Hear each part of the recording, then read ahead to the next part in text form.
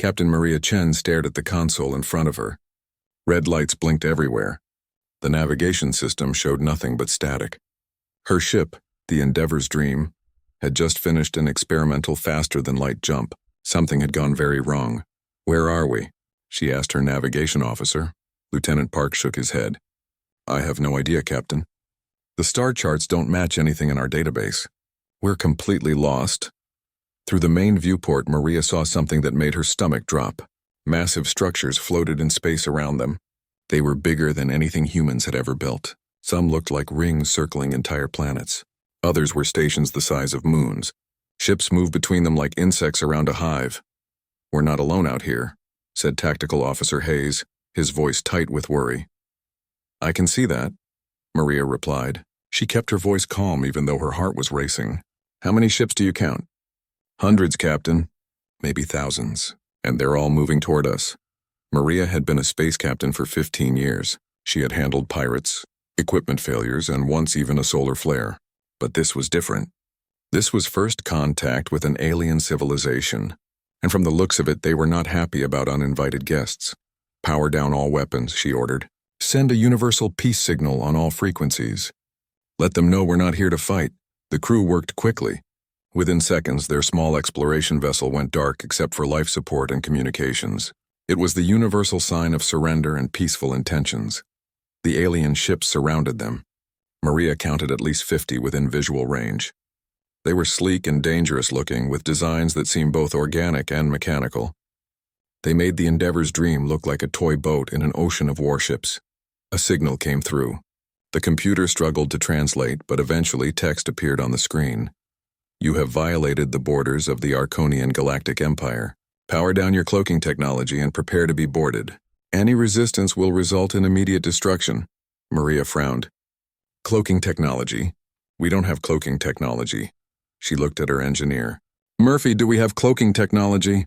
Engineer Murphy, a woman in her 50s with grease-stained hands, snorted. "Captain, we barely have working toilets. Our most advanced technology is the coffee maker, and that breaks every other week." "That's what I thought." Maria opened a channel. "This is Captain Maria Chen of the exploration vessel Endeavor's Dream from Earth. We are not cloaked. We are not spying. We are lost. Our navigation system failed during an FTL jump. We mean no harm." There was a long pause. Then the alien voice came back, sounding confused and angry. "Explain how you penetrated our border defenses without detection." "I literally just told you. We got lost. Our equipment broke. We ended up here by accident." Another pause. Then something happened that Maria would never forget. One of the alien ships moved into a position near a small moon. There was a bright flash of light. When it cleared, the moon was gone. Just gone, vaporized. Nothing left but dust and debris. The bridge went silent. Several crew members gasped. Hayes gripped his console so hard his knuckles turned white. Murphy whispered a curse word under her breath. Maria felt a headache starting behind her eyes. She rubbed her temples and sighed.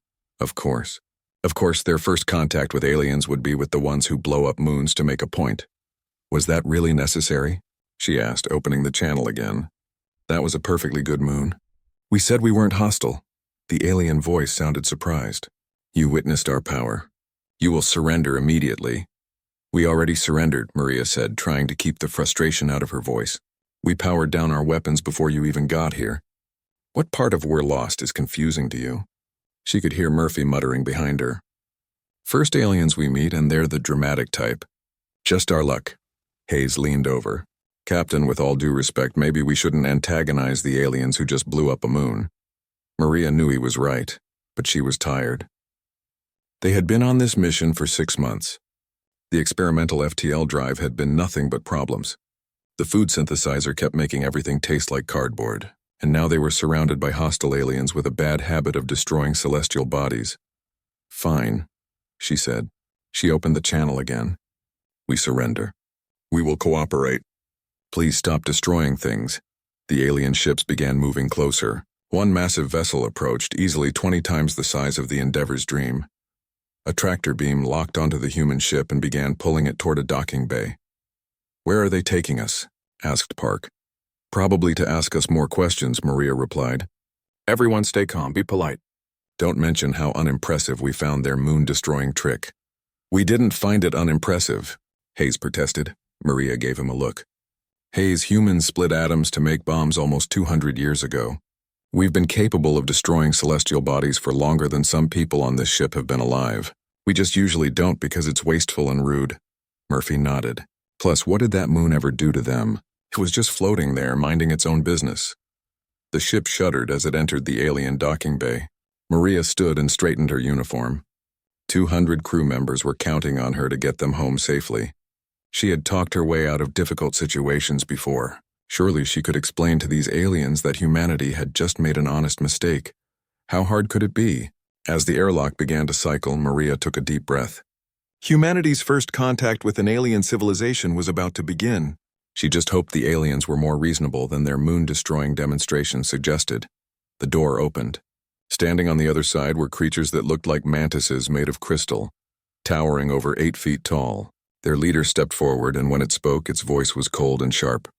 You will come with us. The Galactic Council will decide your fate, Maria nodded. Lead the way. As she walked off her ship surrounded by alien guards, she couldn't help but think that this was going to be a very long day. And she really could have used that cup of coffee. The tour of the Arconian Empire was supposed to be intimidating. Admiral Thexcor made sure of that. The crystalline mantis stood on the bridge of his flagship, watching the human ship being escorted through the heart of their civilization. Show them everything. Thexcor ordered his officers. Let them understand the futility of resistance. The Endeavor's dream followed the alien fleet through system after system. Each one displayed the might of the Arconian Empire. In the first system, the humans saw a planet completely covered in metal. Cities stretched across every surface. The whole planet was one massive factory, producing ships and weapons without stop. On the bridge of the human ship, Engineer Murphy pressed her face against the viewport. That's incredible, she said. How do they manage the heat distribution? The power requirements alone would be... She pulled out a tablet and started making notes. Captain Chen raised an eyebrow. Murphy, are you taking notes on the aliens trying to intimidate us? Well, yeah, Murphy replied. I mean, we're probably going to die, right? Might as well learn something interesting first. The next system contained something even more impressive. A Dyson sphere. The humans had only ever theorized about such structures. The Arconians had built one. It surrounded an entire star, capturing all its energy. Thousands of ships moved in and out through massive gates. Hayes whistled low. Okay, I'll admit it. That's pretty cool. Don't let them hear you say that, Maria warned. But even she had to admit it was an engineering marvel. The third system showed the Arconians' military power. An asteroid belt had been converted into a weapons platform. Millions of automated defense systems floated in space, ready to destroy any threat. The aliens demonstrated their power by having the system target and destroy a large asteroid. It was gone in seconds, reduced to atoms. How many of these defense systems do you have? Maria asked Admiral Thexcor when he contacted them. 17,342, the Admiral replied. In this system alone. We have similar defenses in every system we control. Maria nodded slowly. And how many systems do you control? 10,416. Murphy did the math quickly. That's a lot of guns. The Admiral seemed pleased with their reaction. Now you understand. The Arconian Empire is the dominant force in this region of space. 47 species have learned this lesson before you. All of them now serve the Empire. 47? Lieutenant Park asked. You've conquered 47 different alien species? Conquered is such an ugly word, Thexcor replied. We prefer to say we brought them into the Empire. They resisted, they lost. They adapted. It is the natural order. The final stop on their tour was the capital world. It was beautiful in a cold, efficient way. Crystal towers reached into the sky. Ships moved through the air in perfect formations. Everything was organized, controlled, precise. They landed on a platform that led to a massive building. Maria and her senior officers were escorted inside. The corridors were filled with aliens of all shapes and sizes. None of them looked happy. Those are the other species? Hayes asked quietly. The conquered ones, Maria confirmed. They don't look like willing participants to me. They were brought to a huge chamber. The Galactic Council waited for them there. 47 different alien species, each represented by an ambassador. At the center sat the Arconian High Council, 7 of the largest crystalline mantises Maria had ever seen. One of the High Council members stood. You are the humans. You have seen our power. You have witnessed our empire. What do you have to say? Maria stepped forward.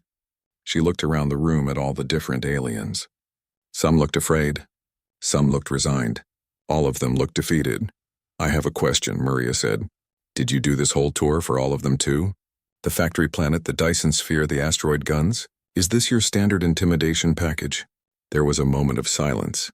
Thexcor's crystalline face somehow managed to look offended. We are showing you the reality of your situation. You should be afraid.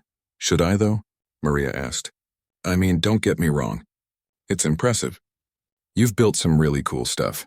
But you're acting like we've never seen destruction before. Like humanity doesn't understand the concept of overwhelming military force. One of the conquered species, a squid-like creature, spoke up. You do not understand, human. The Arconians defeated my people's entire fleet in 6 hours. 6 hours! We thought we were strong. We were wrong. Lieutenant Rodriguez, who had been quiet until now, leaned over to Maria. Captain, should I mention that World War II lasted 6 years? Because 6 hours seems kind of short for a war. Probably not the time, Rodriguez, Maria whispered back, but the Arconian High Council had heard. What is this World War II? The lead counselor demanded. Maria sighed. This was going to be a long conversation. That's actually what I wanted to talk to you about. You want us to be impressed by your weapons and your conquest, but I think you don't really understand who you're dealing with. Explain, Thexcor commanded. Can I have access to your public information network? Maria asked. And maybe 3 days to prepare a presentation? I think it would be easier to show you than tell you. The Arconians looked at each other. Finally, the High Council leader nodded. You have 3 days. Then you will explain why the human species should not be afraid of the Arconian Empire. This should be amusing. As Maria and her crew were escorted to temporary quarters, Murphy leaned close. Captain, what are you planning? I'm going to give them a history lesson, Maria replied. They think they're scary because they can blow up moons and conquer peaceful species. I'm going to show them what real warfare looks like. You're going to tell them about human history? Hayes asked, looking worried. All of it, Maria confirmed. And then maybe they'll understand why we're not impressed. Or they might just decide to destroy us immediately, Rodriguez pointed out. Maria shrugged. Either way, at least they'll stop showing off their weapons. I'm getting really tired of watching them blow things up. 3 days later, Captain Maria Chen stood before the Galactic Council. Behind her was a simple holographic projector that her crew had built, using materials the Arconians had provided. It was basic, but it would work. The chamber was packed.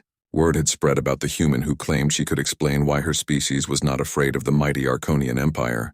Representatives from all 47 conquered species had come to watch. Many of them looked curious. Some looked sympathetic. All of them expected the human to fail. Admiral Thexcor sat in his position of honor, his crystalline form reflecting the lights of the chamber. You may begin, Captain Chen. Show us why humanity believes itself special. Maria took a deep breath. I want to be clear about something first. Humanity doesn't think we're special.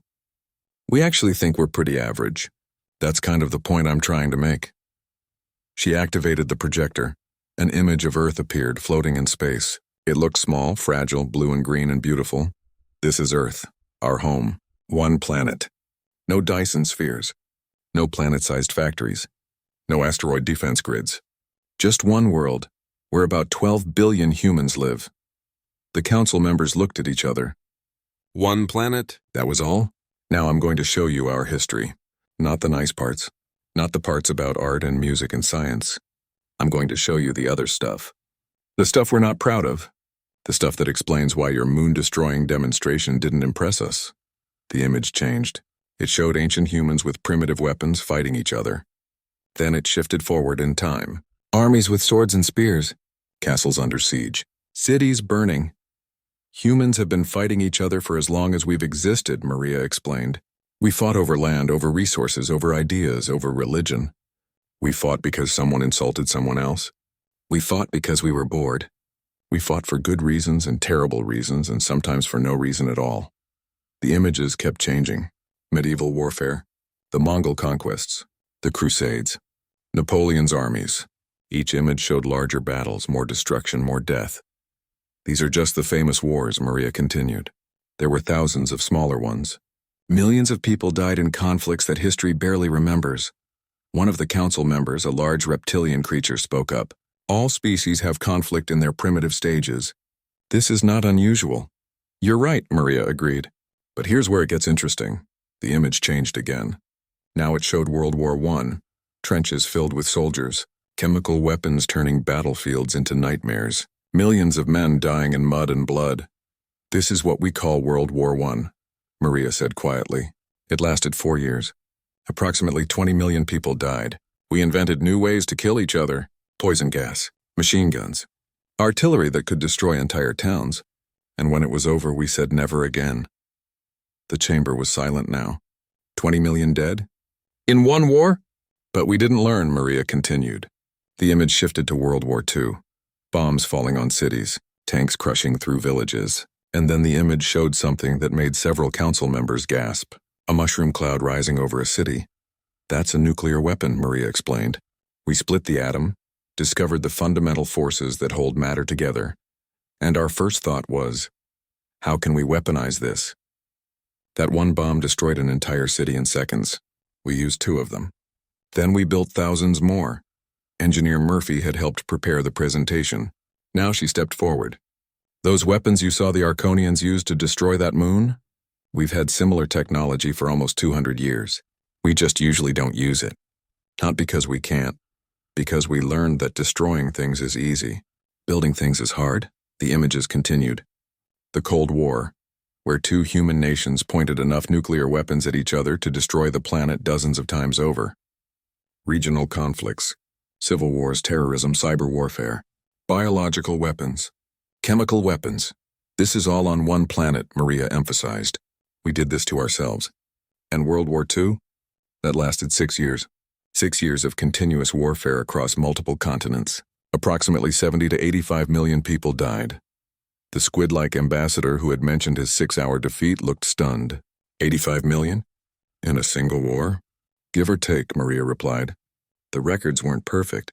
Some areas didn't keep good counts. Admiral Thexkor stood up. This is barbaric.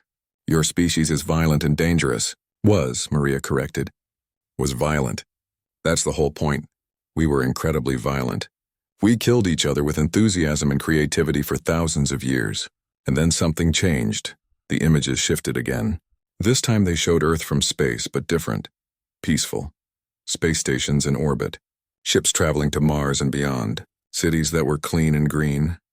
We got tired, Maria said simply. We got tired of war. We got tired of destruction. We got tired of proving how tough we were. So we stopped. Well, mostly stopped.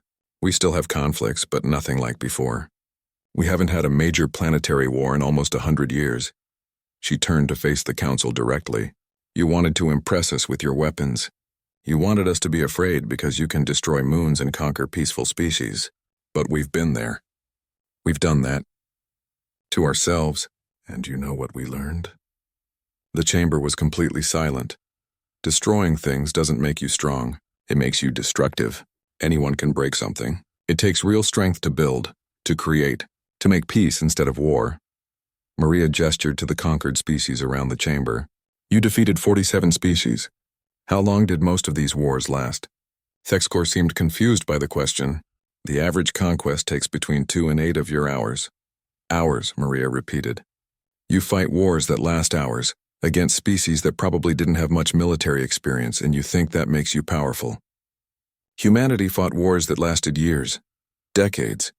We fought ourselves and nearly destroyed our own planet multiple times, and we survived, we grew, we learned. She took a step closer to the council. So when you blew up that moon to scare us, all we thought was, what a waste. That moon wasn't hurting anyone. It could have been useful for mining, or as a research station, or just left alone as a natural satellite. But you destroyed it just to make a point. Lieutenant Rodriguez spoke up. It's like the captain said. We're not impressed because we're ignorant. We're not impressed because we've seen worse. We've done worse. To ourselves, and we decided to be better. Admiral Thexkor's crystalline form seemed to tremble. If your species is so violent, so destructive, then you are an even greater threat than we thought. Maria shook her head. No, you're missing the point. Yes, humanity was violent, incredibly violent. But that was our past. We learned from it. We grew from it. And when we saw your demonstration, we didn't see power. We saw a civilization that hasn't learned that lesson yet. She turned back to the holographic display, showing Earth one more time. This is what humanity is now. One species on one planet working together, exploring the stars, trying to be better than we were. We're not perfect. We still make mistakes, but we're trying. Maria looked around the chamber at all the different alien species. You asked why we're not afraid of you. It's not because we think we're stronger. It's because we're tired. We're tired of war. We're tired of destruction. We're tired of proving how tough we are. We've already done all that. We survived it. And we really don't want to do it again. She looked directly at Thexcor. So here's what we propose. You fix our ship. You give us star charts so we can go home. And in exchange, we'll forget this whole thing happened. We'll tell Earth to avoid this sector. No conflict, no war. No problem. We'll both just move on. The chamber erupted in noise. The conquered species were whispering to each other. The Arconian Council members were arguing among themselves. Admiral Thexcor looked like someone had just told him the universe made no sense. Finally, one of the High Council members raised a crystalline claw for silence. We will consider your proposal, but answer one question, Captain Chen. If we refuse? If we decide humanity is too dangerous to allow to leave? Maria was quiet for a moment. Then she shrugged.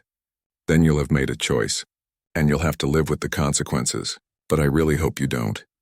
Because like I said, we're tired. We don't want another war. We just want to go home. The council dismissed them. As Maria and her crew left the chamber, Murphy whispered, Captain, do you think they'll let us go? I don't know, Maria admitted. But at least now they understand. We're not afraid of them because we've seen worse. We've been worse. And we survived it. Hayes looked worried. And if they attack us anyway? Maria didn't answer, because she knew that if it came to war, humanity would fight. They would fight like they always had, with creativity, determination, and a complete unwillingness to give up. And that scared her more than any alien weapon ever could. The Galactic Council met in emergency session. The chamber where they gathered was private, hidden deep within the capital's central tower. No humans were present. No representatives from the conquered species either. Just the Arconian High Council and Admiral Thexcor. This is a disaster, one of the council members said. The crystalline mantis paced back and forth, its legs clicking against the floor. The humans have made us look weak in front of all the client species. Worse, another counselor added. They have given hope to species that had none. Did you see how the conquered races looked at the humans? They were inspired. Thexcor stood at attention. The human captain showed us their barbaric history. If anything, this proves they are dangerous. We should eliminate them now before they can report Earth's location to their people. The head of the High Council, an ancient Arconian named Vexith, raised one claw for silence. Is that truly what you learned from their presentation, Admiral? That they are merely barbaric? What else is there to learn? Thexcor demanded. They admitted to killing millions of their own kind. They built weapons capable of destroying their homeworld. They are violent and unstable. They were violent, Vexith corrected. Past tense. Did you not hear that part? They fought themselves for thousands of years and survived. Every species we have conquered fell within hours. The humans fought wars that lasted years, and they continued to advance to grow stronger. Another council member spoke up. More concerning is their attitude. We destroyed a moon in front of them. Every other species we encountered either surrendered immediately or attacked in panic. The humans just seemed annoyed. Because they were not afraid, Vexith said. Fear is how we control. Fear is our weapon, and it does not work on them. Meanwhile, in their temporary quarters, the human crew was dealing with an unexpected problem. They were making friends. It started with Engineer Murphy. She had been asked to repair a malfunctioning power conduit in the habitation section. While working, she met a young Arconian technician named Klixik. The young alien watched her work with fascination. You use a different approach, Klixik observed. Our training says to replace the entire conduit when it fails. Murphy snorted. That's wasteful. See this connection here? Just needs to be reinforced. Good as new, and you save the cost of a whole new conduit. She paused. You want to learn? 3 hours later, Murphy was teaching a group of Arconian technicians about human engineering principles. They were particularly interested in something she called creative problem solving, or as Murphy put it, fixing stuff with whatever you have handy.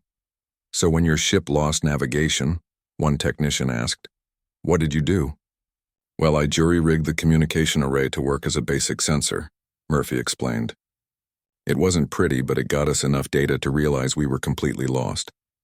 She grinned. "Then we panicked, obviously. The Arconians found this hilarious. A species that could weaponize atoms, panicking because they got lost." In another part of the station, Dr. Okonkwo was having a similarly strange experience. The medical bay had requested her help with a patient who had a rare condition. The Arconian doctors had never seen anything like it. "In humans, we would call this an autoimmune disorder," Dr. Okonkwo explained. "The body's defense system attacks itself. We have treatments, but I'm not sure if they would work on your biology." The lead Arconian physician, whose name translated roughly to healer of shells, was taking careful notes. "Your species has experience with this?" "Oh yes," Dr. Okonkwo replied. "Humans have dozens of autoimmune conditions. We've been studying them for centuries." She pulled up some medical texts on her tablet. "I can show you our research if you'd like." Within an hour, she was sharing human medical knowledge with the entire Arconian medical staff. They were particularly impressed by human surgery techniques. "You cut into your own bodies to repair damage?" Healer of Shells asked, amazed. "Well, yes," Dr. Okonkwo said. "How else would you fix internal injuries? We use regeneration technology, but it is expensive and not always available. Your methods are crude but effective." Dr. Okonkwo laughed. "Crude but effective. That's humanity in a nutshell." Security Chief Yamamoto was having the strangest time of all. He had been exploring the station and found what appeared to be a recreational area. Several aliens from different species were there, and one of them challenged him to a contest of strength. The alien was a massive creature, easily 3 times Yamamoto's size, with muscles like steel cables. It was from a high-gravity world and was considered the station's arm wrestling champion. Yamamoto lost. Badly. The alien barely seemed to try. But then Yamamoto challenged the creature to a different contest. "Can you do this?" he asked, and proceeded to do a series of one-handed push-ups. The large alien tried, and failed. Its body structure wasn't designed for that kind of movement. Within an hour, aliens from a dozen different species were trying various human exercises. Yamamoto taught them about calisthenics, flexibility training, and endurance exercises. The aliens taught him about their own physical training methods. Someone produced what passed for alcohol in this part of space. Yamamoto bought rounds for everyone who could beat him at their own species' strength contests. It turned out human currency worked surprisingly well for this purpose. By the end of the night, Yamamoto had made friends with aliens from 7 different conquered species. They all agreed that humans were strange but entertaining. Back in the council chambers, Admiral Thek's corps was receiving troubling reports. "Sir, the human crew members are integrating with the station population." "What do you mean, integrating?" "They're teaching our technicians. They're sharing medical knowledge. They're socializing. One of them has started what they call a gym in Recreation Area 7. Thek's corps felt something he rarely experienced. Confusion. Why would they do this? They are prisoners. They should be afraid. They don't seem to understand that, sir. The human captain told her crew to be friendly and don't start any incidents. They are taking the be friendly part very seriously."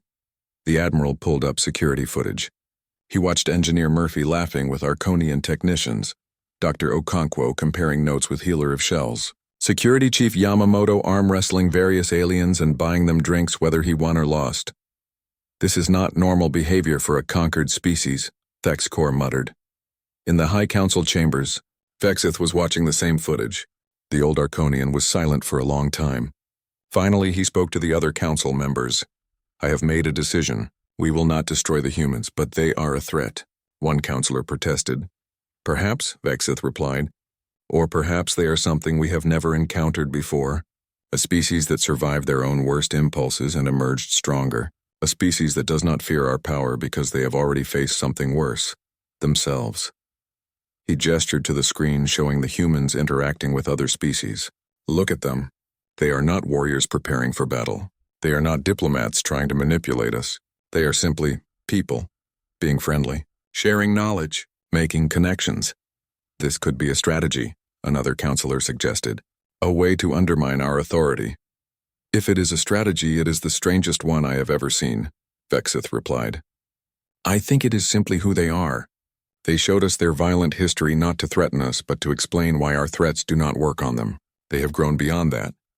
Admiral Thexcor was called to the council chambers. When he arrived, Vexith gave him new orders. Begin repairs on the human ship. Give them complete star charts. Provide them with whatever supplies they need. We are letting them go. Thexcor could not believe it. Yes, Vexith said simply. And we are hoping they keep their word about telling their people to avoid this sector. And if they don't? If this is a trick? If they return with a fleet? Vexith's crystalline face somehow managed to look tired. Then we will deal with it. But I do not think they will. Because unlike us, they have already learned the cost of endless war, and they do not wish to pay it again. As the council meeting ended, Vexith looked at the screens one more time.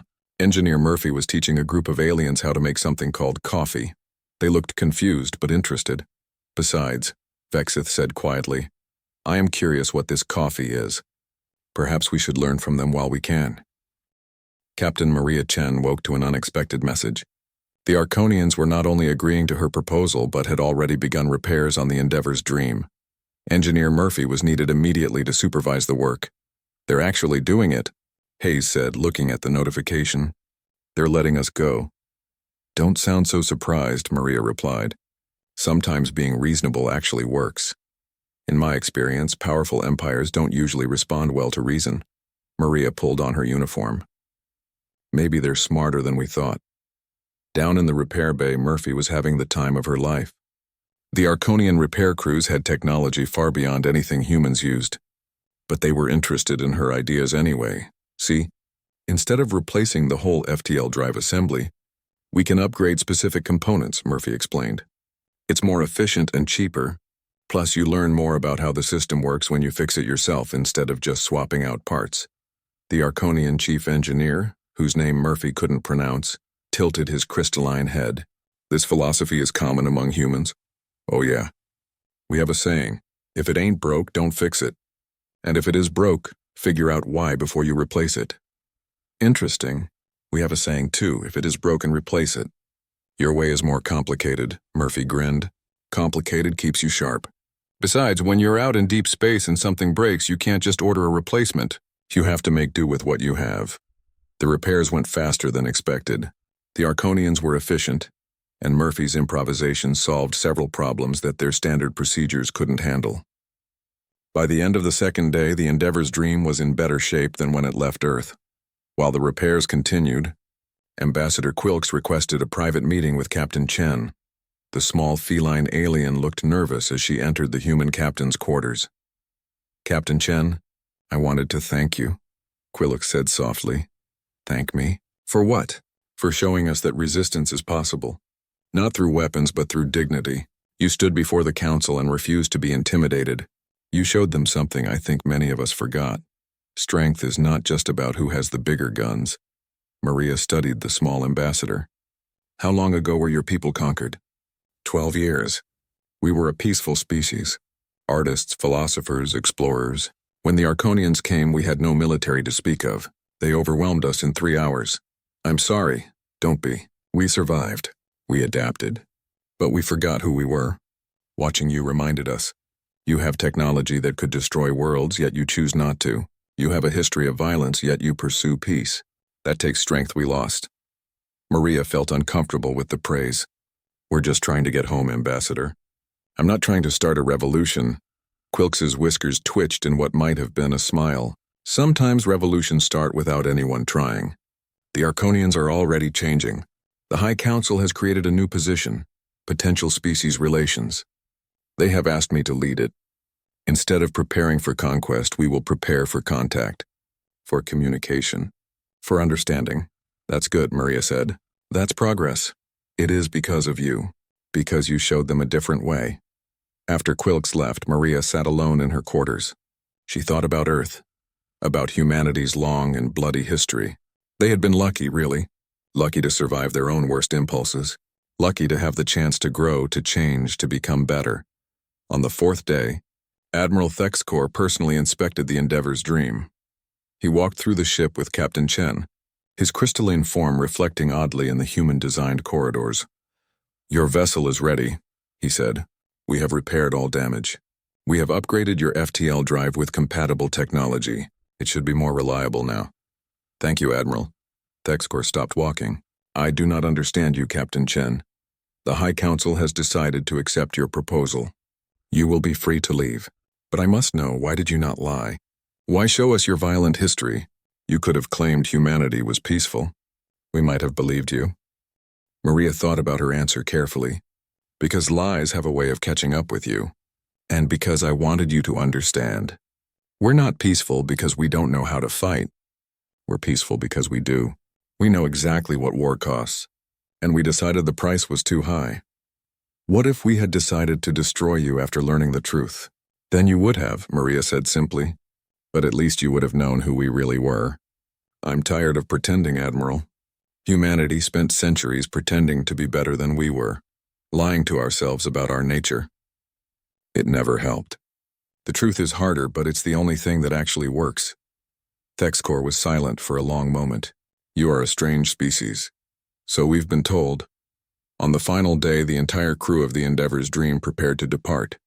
But first there were goodbyes to say. Engineer Murphy left behind detailed instructions for coffee cultivation and preparation. The Arconian technicians she had taught promised to spread her engineering philosophy throughout the Empire. Several of them had already started writing what they called the Murphy Protocols. Murphy laughed when she heard that. "I'm not important enough to have protocols named after me. You taught us to think differently," Kliksik said. "That is worth remembering." Dr. Okonkwo shared every medical text and research paper the ship's database contained. Healer of Shells received them with something approaching reverence. "These will save lives," the Arconian doctor said. "Many lives." "Thank you." "Share them with everyone," Dr. Okonkwo replied. "Medical knowledge should be free. That's something humanity learned the hard way." Security Chief Yamamoto was surrounded by aliens from a dozen species, all wanting one last arm wrestling match, or to learn one more exercise routine. He had started something on the station, a place where different species could meet as equals, compete in friendly challenges, and share stories over drinks. "You'll keep the gym running?" he asked. "We will," one of the large aliens promised. "And when you return, we will have new challenges ready." "If I return," Yamamoto corrected. "When?" the alien insisted. "Because now we know humans keep their word. And we hope you will remember us as more than just an empire that blew up a moon." As the crew boarded their ship, Captain Chen stood at the airlock with Admiral Thexkor one last time. "I have been asked to give you a final message from the High Council," Thexkor said. "They hope that someday, when both our species are ready, we might meet again. Not as conquerors and conquered, but as—" He seemed to struggle with the word. "Neighbors," Maria smiled. "I'd like that. We've got a lot to learn from each other. One more thing, Captain. The Council wanted you to know. We will not forget what you taught us. That true strength is not just about power. It is about knowing when not to use it." The Endeavor's dream undocked from the station and began moving away. The crew watched as the massive Arconian structures grew smaller behind them. When they were clear of the system, Maria gave the order. "Engage FTL drive. Take us home." The ship jumped to faster-than-light speed. The Arconian Empire disappeared behind them. On the bridge, Lieutenant Park asked the question everyone was thinking. "Captain, are we going to tell Earth about them? About the Empire?" Maria leaned back in her chair. "Yes, we'll tell them everything. The good and the bad. The weapons and the people, and we'll recommend they respect the Arconians' territory. Give them space. Let them grow." "You think they'll listen?" Hayes asked. "I hope so. Because the Arconians are learning. They're changing. And maybe in a few generations they'll be ready for real contact. Not conquest, just meeting new people. Making friends. Being neighbors." Murphy brought her a cup of coffee from the newly repaired machine. "And if they don't change? If they stay aggressive?" Maria took the coffee gratefully. "Then we'll deal with it. But I don't think they will. I think they're tired too.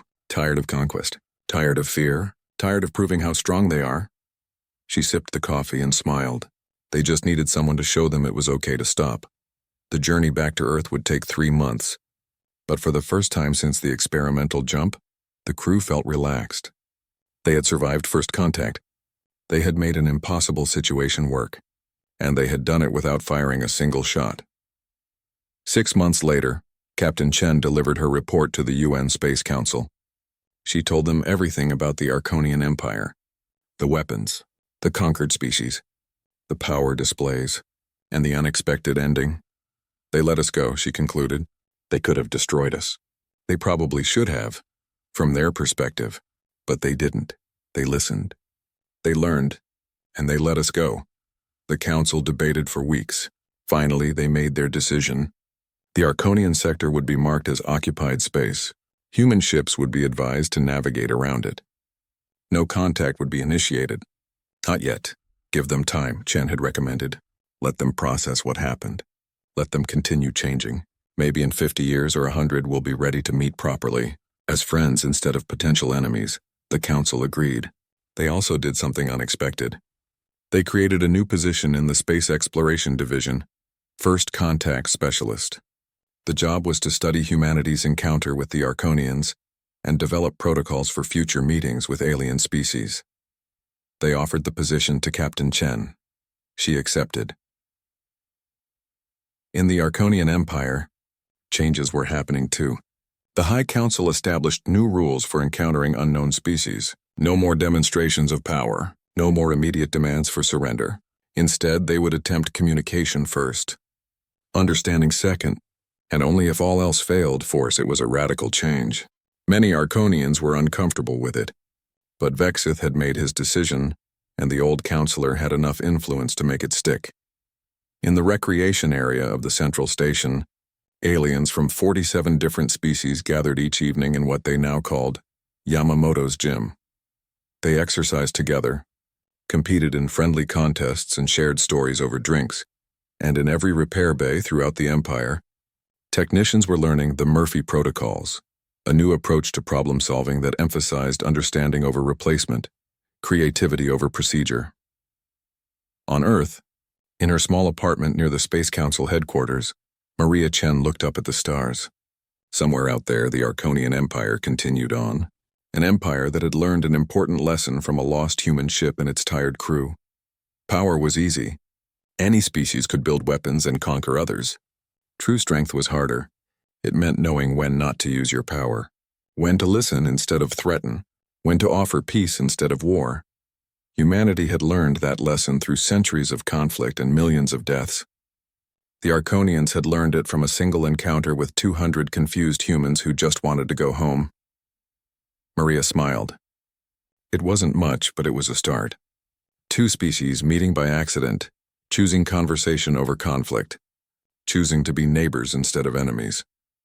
She thought about the galaxy, vast and full of possibilities. How many other species were out there? How many might humanity meet someday? Would those encounters end in war, or would they end like the Arconian meeting? With understanding, growth, and hope, only time would tell. But for now, Maria was content. She had done her job. She had brought her crew home safely, and in the process, she had shown an entire empire that there was a different way. Sometimes, the best way to show your power was to shrug and walk away. Sometimes, the strongest thing you could do was choose peace. And sometimes, when faced with impossible odds and overwhelming force, the right response wasn't fear or violence, it was just another Tuesday. Nothing special. Nothing to worry about. Just humans being humans. Tired, practical, and ready to go home. The galaxy was a big place. There was room enough for everyone,